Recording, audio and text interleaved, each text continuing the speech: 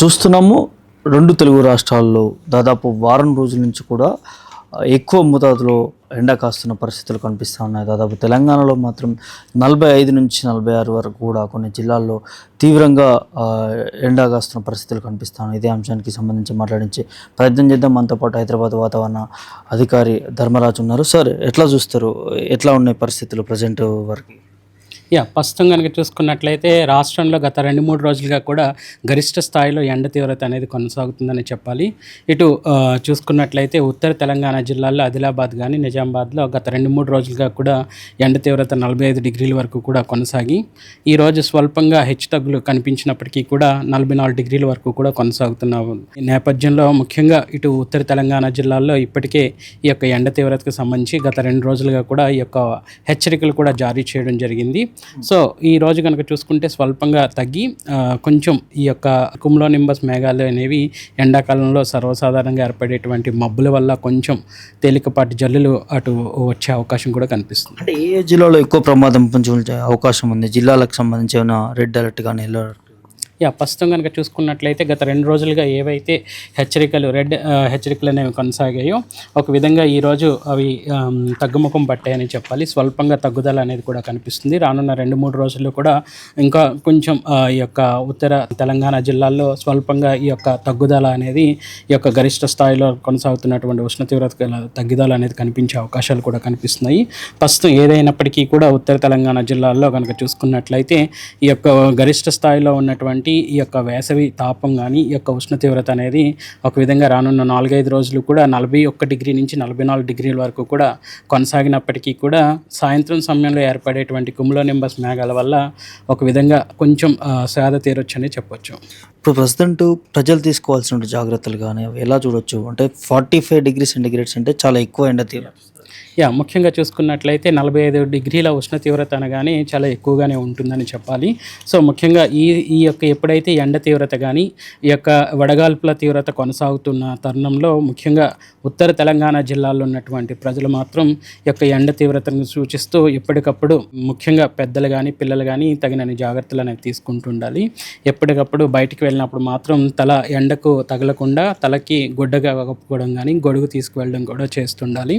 ఇంకా అధిక మొత్తంలో ఎండ నమోదయ్యే సమయం కనుక చూసుకున్నట్లయితే 11 గంటల సమయం నుంచి సుమారు 4 గంటల సమయం వరకు కూడా ఎండ తీవ్రత ఎక్కువగా కొనసాగుతున్న సమయంలో మాత్రం పిల్లలు కానీ వృద్ధులు కానీ అవుట్డోర్ యాక్టివిటీస్ చేయకుండా ఇటు పిల్లలు ఆడుకోవడం కానీ బయట ఆడుకోవడం కానీ అవి చేస్తుండకూడదు. ఆ సమయంలో విరామం తప్పకుండా పిల్లలు కానీ వృద్ధులు కానీ కొంచెం శరీరానికి కావాల్సినటువంటి మోతాదులో మాత్రం నీరు తీసుకుంటూ ఉండాలి. ఇంకా అవుట్డోర్ యాక్టివిటీస్ చేసే వలస కార్మికులు కానీ భవన కార్మికులు కానీ ఆయా శాఖల్లో పనిచేసే ఎవరైనప్పటికీ కూడా కార్మికులు మాత్రం ఈ యొక్క శరీర శ్రమతో కూడుకున్నటువంటి పనులు చేసేవారు క్రమం తప్పకుండా విరామం తీసుకుంటూ తరచుగా శరీరానికి కావాల్సినటువంటి తగినంత మోతాదులో మాత్రం మంచినీరు తీసుకుంటూ ఉండాలి. అలాగే కొంచెం చిన్న చిన్న విరామాలు అనేవి ఎండ తీవ్రత నుంచి బలహీనపడకుండా మనల్ని మనం కాపాడుకోగలుగుతాం. ఇంకా రైతుల విషయానికి వచ్చేసరికి వారు రైతాంగం చేసేటువంటి వ్యవసాయ పనులు అనేవి కూడా ఉదయం 8:30 గంటల ప్రాంతం నుంచి 11:30 ప్రాంతం వరకు కూడా కొనసాగించి తదుపరి కనుక చూసుకున్నట్లయితే 2:30 గంటలు విరామం తీసుకున్న తర్వాత తిరిగి వారి యొక్క కార్యకలాపాలు అనేవి కొనసాగించాలి. ఇంకా పశువులు కానీ ఇంకా చూసుకున్నట్లయితే ఉన్నటువంటి గొర్రెలు కానీ ఆవులు కానీ ఇవన్నిటికీ కూడా దానా వేసే సమయం కానీ నీరు పెట్టే సమయం కూడా ఉదయం సమయంలో ఎక్కువ దానా కానీ మేత కానీ పెట్టడం, అలాగే సురక్షితమైనటువంటి నీడ ఎక్కువ ఉన్న ప్రాంతాల్లో వాటిని కట్టివేయడం, అలాగే వాటిని బయటికి తీసుకెళ్లే సమయాలు కూడా పొద్దున్న సాయంత్రం కూడా అనువైన సమయాలు కాబట్టి అవి కూడా ఒక విధంగా డీహైడ్రేట్ కాకుండా ఒక విధంగా ఈ యొక్క వడగాల్పుల తీవ్రతకు పడకుండా మన్న తీవ్రతకు గురి కాకుండా ఉండే అవకాశం కనిపిస్తుంది. రీసెంట్గా ఉత్తర తెలంగాణకు సంబంధించి ఏ జిల్లాలకు ఎక్కువ ఎఫెక్ట్ కలిగింది అనుకోవచ్చు? ఒక విధంగా చూసుకున్నట్లయితే ఉత్తర తెలంగాణ భాగంలో ఉన్నటువంటి ఉమ్మడి ఆదిలాబాద్ జిల్లాలో ఆదిలాబాద్ కానీ ఇంకా చూసుకున్నట్లయితే నిజామాబాద్లో సుమారు మనకి 45 డిగ్రీల వరకు కూడా గత 2-3 రోజులుగా కూడా కొనసాగిన నేపథ్యాలు ఉన్నాయి. కాబట్టి ఇక్కడ ప్రజలే ఎక్కువగా ఇబ్బంది పడారని కూడా చెప్పొచ్చు. అలాగే చూసుకున్నట్లయితే ఉమ్మడి మహబూబ్ నగర్ జిల్లాల్లో కూడా ఈ యొక్క ఉష్ణ తీవ్రత అనేది గత 4-5 రోజులుగా చూసుకున్నట్లయితే వారం రోజులుగా కూడా 42 నుంచి 43 డిగ్రీల మధ్యలోనే కొనసాగింది. సో ఒక విధంగా ఉత్తర తెలంగాణ జిల్లాలతో పాటు దక్షిణ భాగంలో ఉన్నటువంటి ఉమ్మడి మహబూబ్ నగర్ జిల్లాలు కూడా ఇంకా ఎక్కువగానే ఈ యొక్క ఎండ తీవ్రతకు గురయ్యాయని కూడా చెప్పొచ్చు. ఎన్ని రోజుల వరకు ఉండొచ్చు ఈ ఎక్కువ హై డిగ్రీ సెంటిగ్రేడ్? ఒక విధంగా చూసుకున్నట్లయితే ఎండ తీవ్రత రానున్న 4-5 రోజులు కొనసాగినప్పటికీ కూడా ఈ కుములో నింబస్ మేఘాలు అలాగే చూసుకున్నట్లయితే ప్రస్తుతం ఏవైతే వాతావరణ పరిస్థితులు కొనసాగుతున్నాయో వాటి వల్ల ఈ యొక్క ఎండ తీవ్రత కొంచెం స్వల్పమైనటువంటి ఉపశమనం పొందవచ్చు అని చెప్పొచ్చు. సాయంత్రం సమయంలో ఏర్పడేటువంటి కుములో నింబస్ మేఘాల వల్ల తేలికపాటి జల్లులు అనేవి అక్కడక్కడ కురిచే అవకాశాలు కూడా కనిపిస్తున్నాయి. సో ఒక విధంగా చూసుకున్నట్లయితే ఈరోజు ఎక్కువ మొత్తంలో ఉత్తర తెలంగాణ జిల్లాల్లో ఆదిలాబాద్, కొమరంభీం, మంచిర్యాలతో పాటు నిర్మల్, నిజామాబాద్, జగిత్యాల్, రాజన్న సిరిసిల్లాలో కూడా ఇటు ఈదుడుగాళ్ల ప్రభావం గంటకు 30-40 కిలోమీటర్ల ఉండి ఇక్కడ సాయంత్రం సమయంలో తేలికపాటి జల్లులు అనేవి వచ్చే అవకాశాలు కూడా కనిపిస్తున్నాయి. ఇంకా చూసుకున్నట్లయితే సిటీ, ఇంకా చూసుకున్నట్లయితే మేడ్చల్, మల్కాజ్గిరి పరిసర ప్రాంతాల్లో కూడా ఈరోజు తేలికపాటి నుంచి మోస్తారు వర్షాలు వచ్చే అవకాశాలు కూడా కనిపిస్తున్నాయి. అంటే మార్నింగ్ నుంచి 9 గంటల 10 గంటల ప్రాంతం నుంచి సాయంత్రం 3 గంటల వరకు కూడా ఎండ హెవీగా ఉంటుంది. ఆ తర్వాత సాయంత్రం సమయంలో వర్ష ప్రభావం కనిపిస్తుంది. అంటే దీని మార్పులు ఏమనుకోవచ్చు? ముఖ్యంగా చూసుకున్నట్లయితే గత 4-5 రోజులుగా కూడా చూసుకున్నట్లయితే మన తెలంగాణ రాష్ట్రం ఉత్తర తెలంగాణ భాగంలో ఒక ఉపరితల చక్రవాకం అనేది సముద్ర మట్టానికి 3.2 కిలోమీటర్ల ఎత్తులో కొనసాగుతూ ఉంది.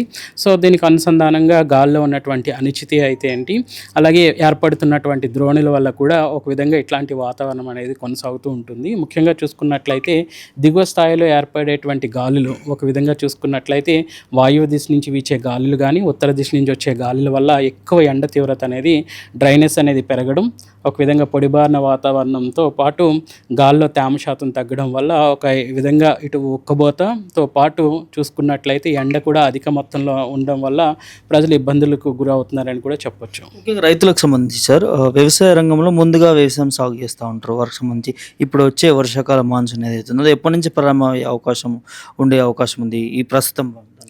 సర్వసాధారణంగా చూసుకున్నట్లయితే నైరుతి ఋతుపవనాలు అనేవి రాష్ట్రానికి కనుక చూసుకున్నట్లయితే జూన్ 5న కానీ 8న కానీ నైరుతి ఋతుపవనాల తాకిడి అనేది కనిపిస్తూ ఉంటుంది. సర్వసాధారణంగా ఈ నైరుతి ఋతుపవనాలు అనేవి దక్షిణ భారతదేశ భూభాగాల నుంచి ఉత్తర భారతదేశ భూభాగాల వైపు కదలికలు అనేవి కొనసాగుతూ ఉంటాయి సర్వసాధారణంగా.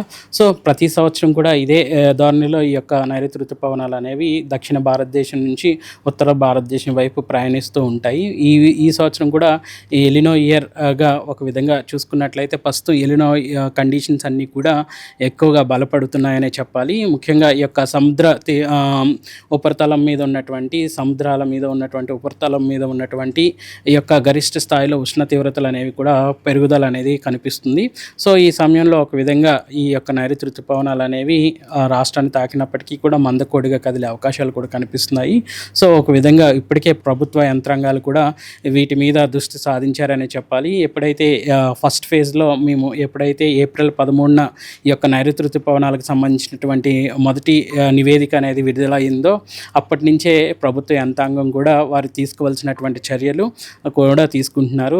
అలాగే చూసుకున్నట్లయితే రాష్ట్ర రైతులకు సూచనలు కూడా జారీ చేయడం జరుగుతుంది.